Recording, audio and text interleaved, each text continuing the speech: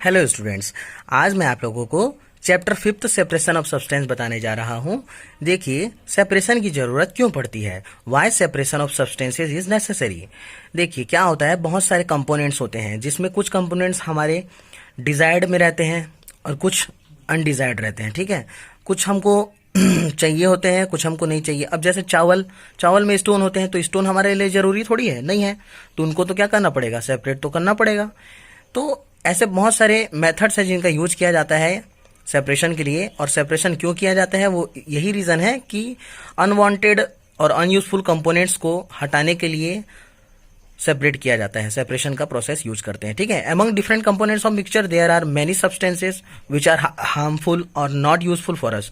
To remove this harmful और unuseful components we need to separate them. For example, जैसे चाय की पत्ती को छाना जाता है स्ट्रेनर से तो चाय की पत्ती क्या है, तो चाय की पत्ती जो है हमारे लिए क्या है, चाय की पत्ती खाएंगे क्या, नहीं ना, इसलिए उसको स्ट्रेनर से छान लिया जाता है। मिल्क और curd is churn to separate the butter. Stone pieces from wheat, rice और pulses picked out by hand. Grain is separated from stalks while harvesting. तो अनाज को सेपरेट किया जाता है ना स्टॉक्स से। ठीक है, मेथड ऑफ सेपरेशन देखते हैं। तो इसमें हैंड पिकिंग सबसे फर्स्ट है। देखिए, unwanted substances in a mixture separated by hand. It is used when items differ on the basis of colour, shape and weight. Pieces of stone and husk from wheat और rice.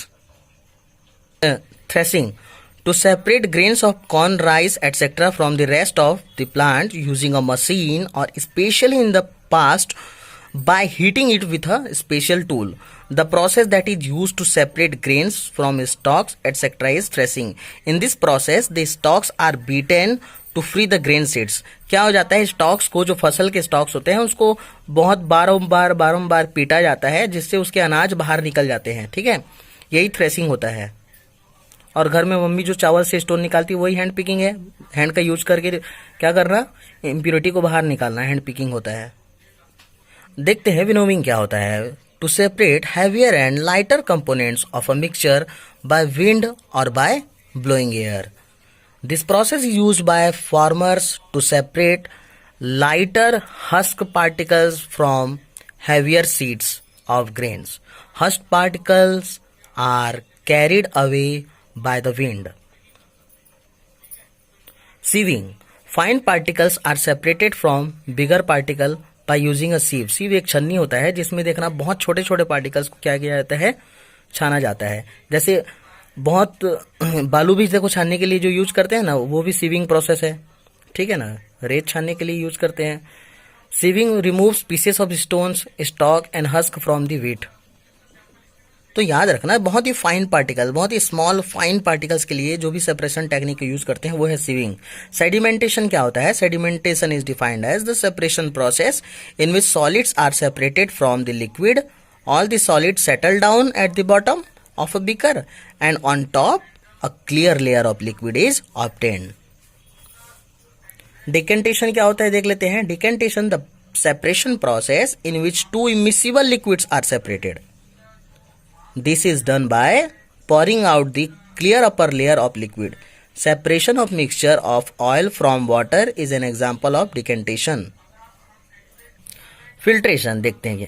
The separation process in which insoluble impurities, जो कि घुलता नहीं है ऐसा impurities, insoluble impurities are separated from the solution. Filtration is done with the help of filter paper. Filtering mud from muddy water is an example of filtration.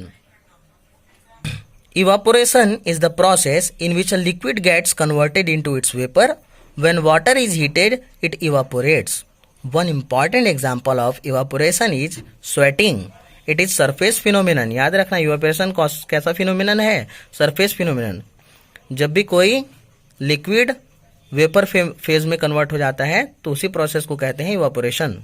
और ये surface by surface ऐसा होता है ना। ठीक है, condensation the phenomenon of change of gas to liquid is called condensation. कोई gas अगर लिक्विड में कन्वर्ट होती है तो गैस का टेम्परेचर ज़्यादा होता है और लिक्विड से, तो गैस के टेम्परेचर को कम करेंगे तो लिक्विड बनेगा।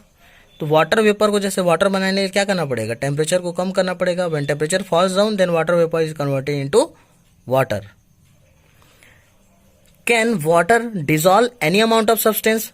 क्या कितने भी अमाउंट ऑफ सब्सटेंस को किसी फिक्स्ड क्वांटिटी ऑफ वाटर में अगर डिजॉल्व करते जाएंगे तो डिजॉल्व होगा क्या? मान लो 1 गिलास पानी ले लिए, उस 1 गिलास पानी में आप 1 चम्मच, 2 चम्मच, 3 चम्मच, 4 चम्मच शक्कर या फिर नमक डालते जाओ, तो क्या वो डिजॉल्व हो जाएगा क्या? मतलब 100 चम्मच भी डालोगे तो डिजॉल्व होता रहेगा क्या उस 1 गिलास पानी में? नहीं होगा ना। तो क्या क्या सॉल्यूशन बनता है उसके अकॉर्डिंग देखते हैं। तो देखिए, सॉल्युबिलिटी के अकॉर्डिंग जो सॉल्यूशन बनता है वो ये है। First, saturated solution, the solution in which no more solute can be dissolve in the solvent. Solute क्या है? जैसे सॉल्ट, और सॉल्वेंट क्या है? वाटर। इसको कह सकते हैं, जैसे फिर से रिपीट कर देता हूं, the solution in which no more salt can be dissolve in the water. Unsaturated solution क्या होता है? A solution that completely dissolve when added salt into the water, it's called unsaturated solution. Unsaturated solution में completely dissolve हो जाता है substance, लेकिन saturated solution में completely dissolve नहीं होता है। जैसे मान लो 1 गिलास पानी में 10 चम्मच शक्कर डिजॉल्व हो गया, लेकिन 11वें नंबर में जो 11वें नंबर चम्मच अगर आप उसमें डाल रहे हो शक्कर, तो वो डिजॉल्व नहीं होगा। तो जब वो डिजॉल्व होना बंद हो जाएगा तब के सॉल्यूशन को सैचुरेटेड सॉल्यूशन कहेंगे। लेकिन जब तक वो डिजॉल्व होता गया तब तक जो सॉल्यूशन मिला वो अनसैचुरेटेड सॉल्यूशन कहा जाएगा। More of a substance can be dissolve in a solution by heating it. तो ऐसे बहुत सारे सब्सटेंस हैं जिनको हीट करके भी डिजॉल्व किया जाता है। So thank you very much, और देखते रहिए और इसका नोट्स भी बना लीजिए, और इसके बाद एग्जाम के लिए रेडी रहिएगा। और आज ये चैप्टर तुम्हारा फिनिश हुआ, सेपरेशन ऑफ सब्सटेंस, चैप्टर 5। इसको अच्छे से पढ़िए, ध्यान दीजिए और थम्स अप कीजिएगा, ठीक है।